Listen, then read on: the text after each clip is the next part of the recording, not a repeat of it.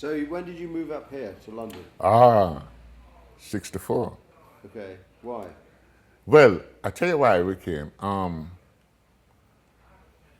Byron Lee was very big in Jamaica, and the next band to him was the Vagabonds, not Jimmy James and the Vagabonds, but the Vagabonds. We were playing, the Vagabonds were playing ska. Those two groups was just playing ska, left, right, and center, ska music. Apart from the Scatterlights, they were the ones who were, Scatterlight was more a recording group, you know, but these guys were playing for the clubs. And I could have gone to America with Byron. But, you know, I always want to see what England was like. I could go to America anytime, but England seems to me so far away that a one-off trip wouldn't be a problem. And they came to me and they asked me, the Vagabonds, and they said, Prince, we're going to, no, I was Prince then, Count Prince Miller then. They said to me, we're going to England. And I said, okay, give me a return ticket. So I was the only one in the band that had a return ticket to come back to Jamaica. We came on the Escana, a ship called the Escana. 21 days we spent on that boat. We were playing on the boat. We played upstairs, first class one night, economy one night, and we came to London. And I had a return ticket. And when we came to London now, we were the first, and this, again, I hope, if anybody have any proof about this, we are the first group that leave Jamaica and came to London playing ska music. And as you know, ska was then a Jamaican music. This is 1964. And when we landed here, we were playing, the West Indian community in this town was so happy because they weren't listening to records anymore.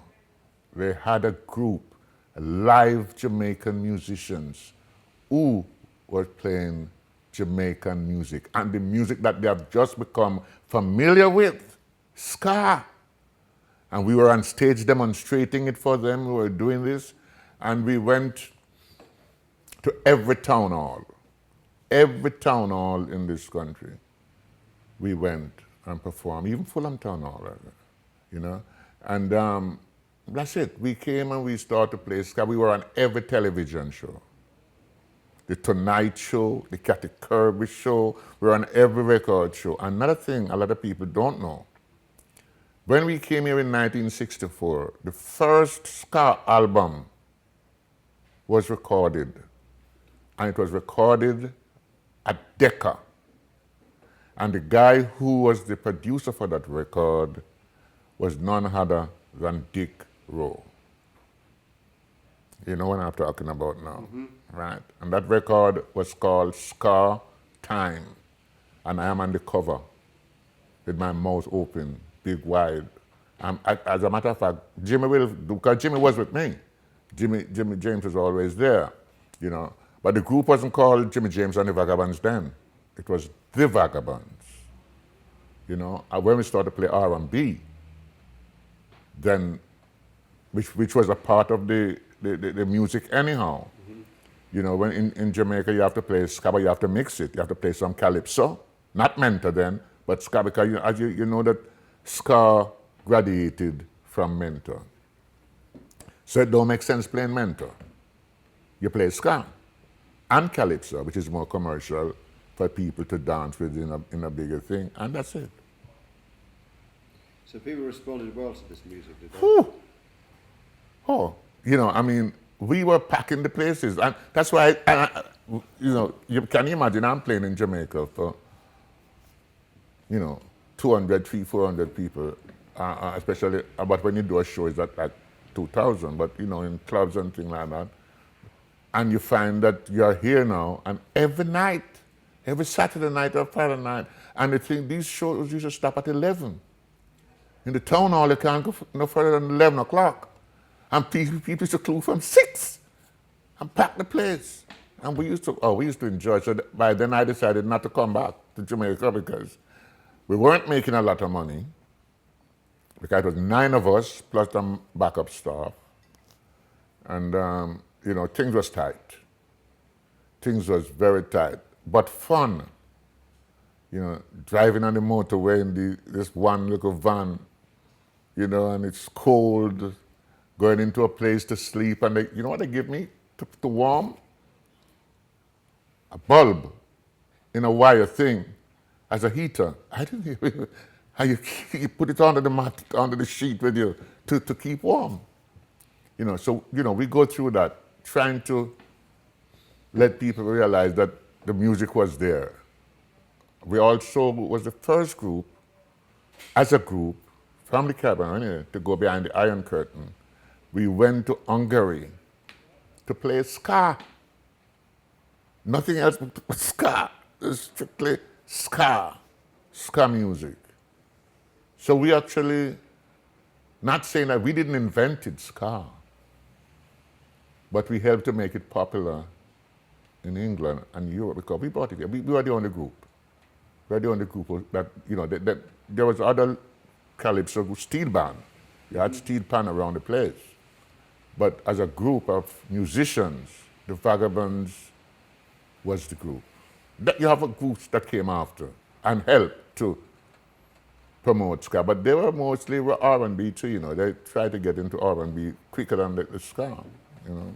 How did you find the vibe in England when you came? Where did you live at first? I just down the road. Where's that? Just by Notting Hill Gate there.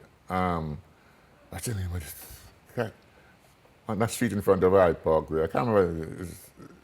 But that's down the bottom here. Bayswater Road? Huh? Bayswater Road? Yes, but there's a street that run off there. And we used to live there. We stayed there. All of us stayed in one place at every time. We never split up. You know, the old group stayed in one place. We cooked corned beef and rice. That's what main diet. Fish and chips was legacy. You know, yes. Was that what you thought the standard English dish was? Fish and chips. But our one was corned beef and rice.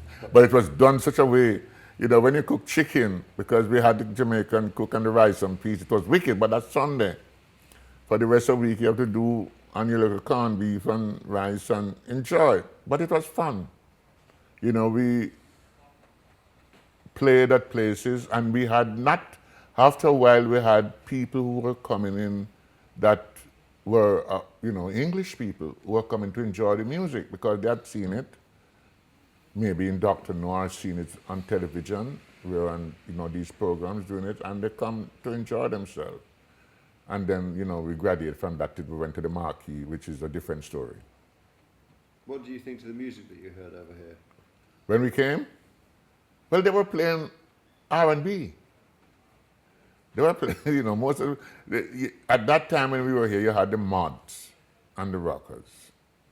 Now, both of them were listening to R&B, but some was listening more to a Chuck Berry type of thing, while others were going on to things like Curtis Mayfield and The Temptation and, you know, these type of people. And we were in that bag. We were in the bag of that type of, the mod type of thing, the Vagabonds. That then it become Jimmy Japes and the Vagabonds. Mm-hmm. I mean, did you encounter any racism? How was it here? We never looked for it, so it didn't bother us. You know, I'm sure that it was there. Say, for instance, if somebody say that black person or that black whatever, to me it was anything because they were saying the truth. I'm black. If you call me something else, I'll be upset. You know, but you know, so I wasn't looking for it. And the group, we just go out and play music. And the kids, when we decided to play R&B, we were packing them in the Marquee. We were packing them everywhere. You know, we were going to places like Portsmouth, the Birdcage. And when we get there, we had problem getting the instrument on stage. The place was sold out. Come to hear us sing R&B. But we used to play ska too.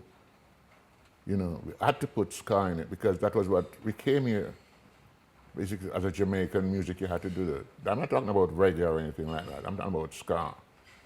You know, so it was there. But luckily for us, we were liked. I'm not going to go in and say we were loved, but we were liked by the people who were coming to see our music. Plus, we weren't making any problem. We all dressed nice and looked good, and, you know, we just go our business and do our thing. You know, I have been into places where, at that time, that they weren't letting in English people, unless you have money. And I was going there as an artist, like the Revolution and all them places, you know, remember those clubs, you know, and ad-libs and all them places. A lot of English guys go there, they don't get in, because, I don't know, they're not musicians or they're not artists, but we were getting the dance. So who am I to, you know, but I know that this race thing was there, but it didn't affect us because, as I said before, we were just entertaining people, and luckily for us, they accept us as entertainers and as human beings. And we just worked like that. Did you start to record here? Yeah, I tried. But the Vagabonds record, they had, Jimmy James had hit with things like Red, Red Wine, I'll Go Where the Music Take Me, Now Is the Time. And we had things, we recorded quite a few songs, you know. Because we had a guy to manage us called Peter Meaden. He used to manage The Who before he manages us. And, you know, can you imagine that? Imagine and we used to play at the Marquee. As a matter of fact, we take the Who spot at the Marquee, because the Marquee was a Tuesday night. It was a big night. And on the Monday night, you would have people like Rod Stewart and all them people come and play with a group called the Steam Packet. Julie Driscoll, Brian Auger, and then you had Rod, you know, and those guys was playing, and it was nice. But on a Tuesday night was a big night when everybody come. Everybody coming on Tuesday night, and that's when the Vagabonds used to play. And we used to play ska. Ska and R&B, you know, and it was fun. It was fun. As I said before, you know, even when you go to Jamaica, people would say, how the race thing went and all that. And they know I'm strong on that, you know. I love my people. But I always believe that sometimes if you don't look for it, you don't find it. And I ain't got no time looking for anything that ain't beneficial to me. You see what I'm saying? So we just do our music and enjoy it. You know. But the recording studios you went into here, how did they compare with Jamaican ones? Oh, no, there's no comparison. At that time, because Jamaica when I left Jamaica, Jamaica had one federal recording, which, you know, and that's where I did Mule Train in 72.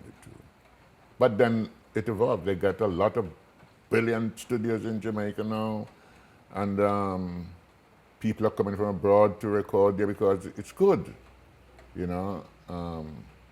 Compass Point, which is in Nassau, which I went to record also, you know, it's brilliant. We have everything now. We don't have to leave Jamaica to go nowhere to get nothing. We have everything in terms of what it takes to make a good record in Jamaica. But in the 60s, however, the studios were very basic, weren't they? Oh yeah, of course they were basic. Remember there were 4 tracks sometime. And what were they up here, 16? Oh, no? No, then. Oh, no. Let me tell you something. When I came to this country, the in thing was 4 tracks. Was 4 tracks. And then it went to 8, and it went to 16. You know, it's the 60s, man. You know, in 64, you don't have 8 tracks. It's 4 tracks. Mm-hmm. You know, when I recorded at Decca, it was 4 tracks. And when you went to Pi now with the Vagabonds, it was a bit more uptown, you know, you get it big. But I mean, them days, everybody used to deal with 4 tracks. You know, so and Jamaica had 4 tracks too. So, but every time you get a 8 track somewhere, then Jamaica get an 8 track too. You get 16, Jamaica gets 16. You get 32, Jamaica get 32. So, you know, we keep doing it. Tell me, there was a big West Indian club scene, wasn't there? With Yes. like the Roaring Twenties, Oh, yeah. Suckles, Q Club, Yeah. etc. Did you go to those places? Oh, yeah, I worked there. I work at Suckle's. As a matter of fact, me and Suckle went to Australia together. Yeah. But, you know, before the groups could come here and the singers is the 70s when the singers started coming, you know, like the John Holmton, the Ken Booth and all that. The clubs were the thing, right? And Q Club was the main. These guys used to get records. That's before ska. That's before, you know, that was Blue Beat now. Again from Blue Beat.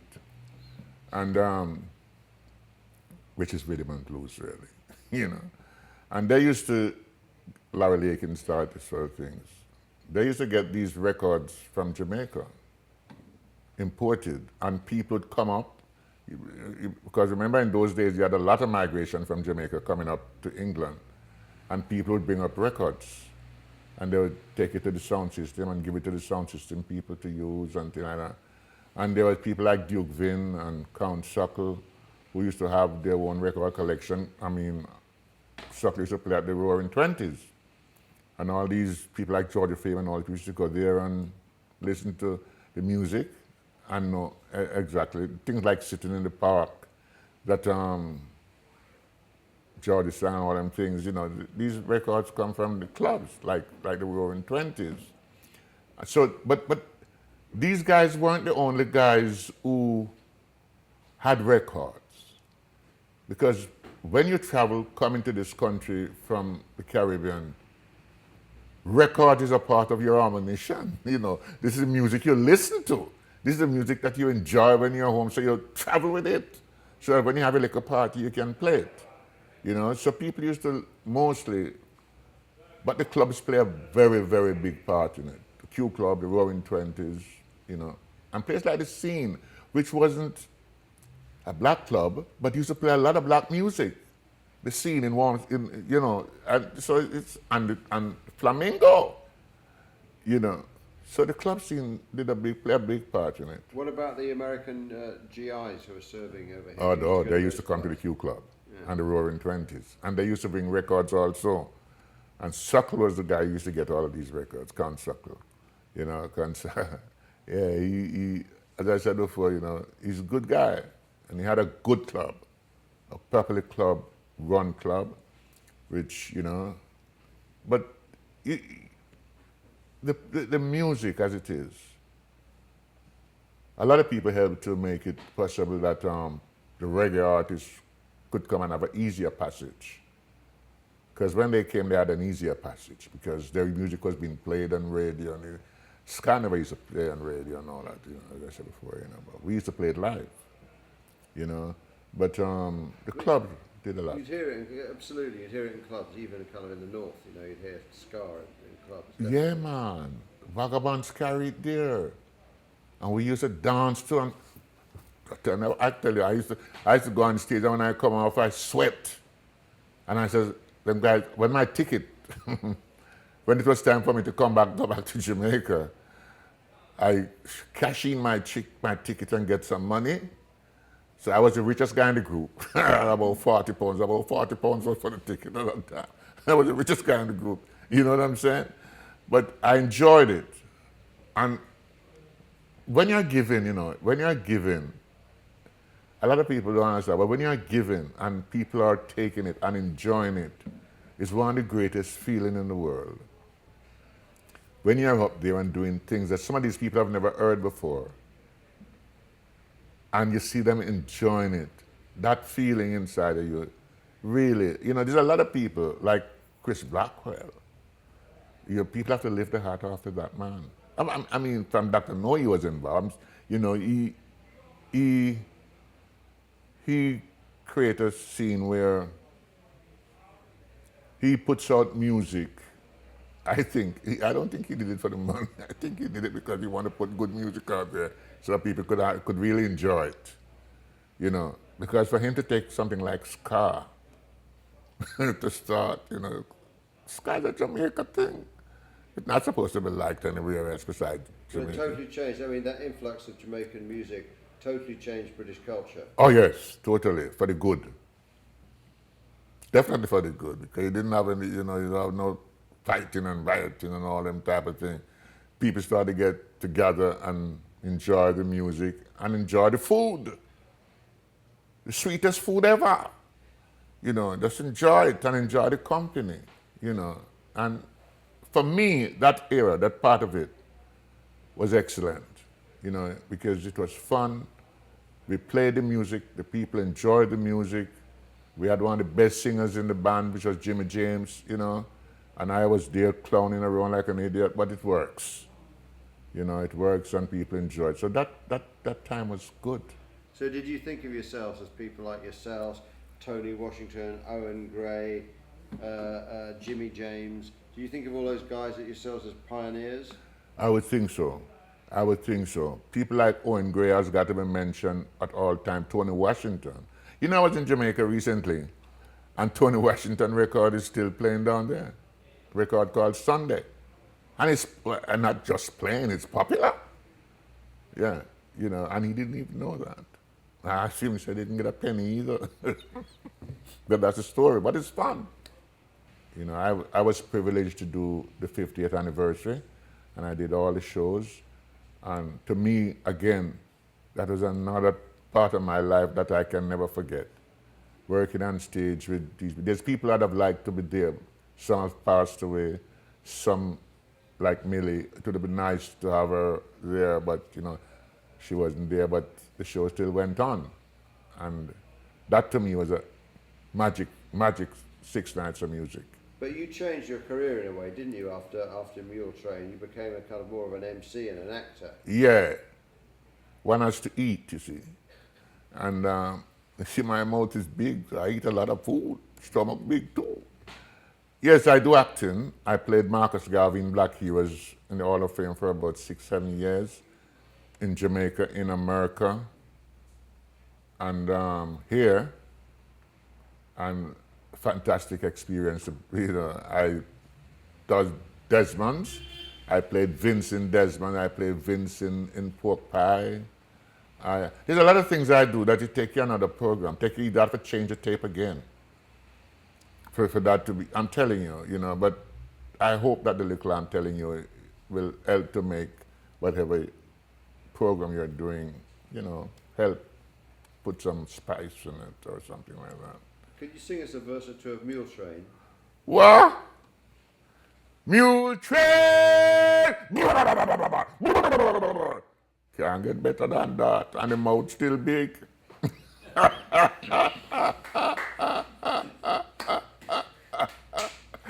Wicked!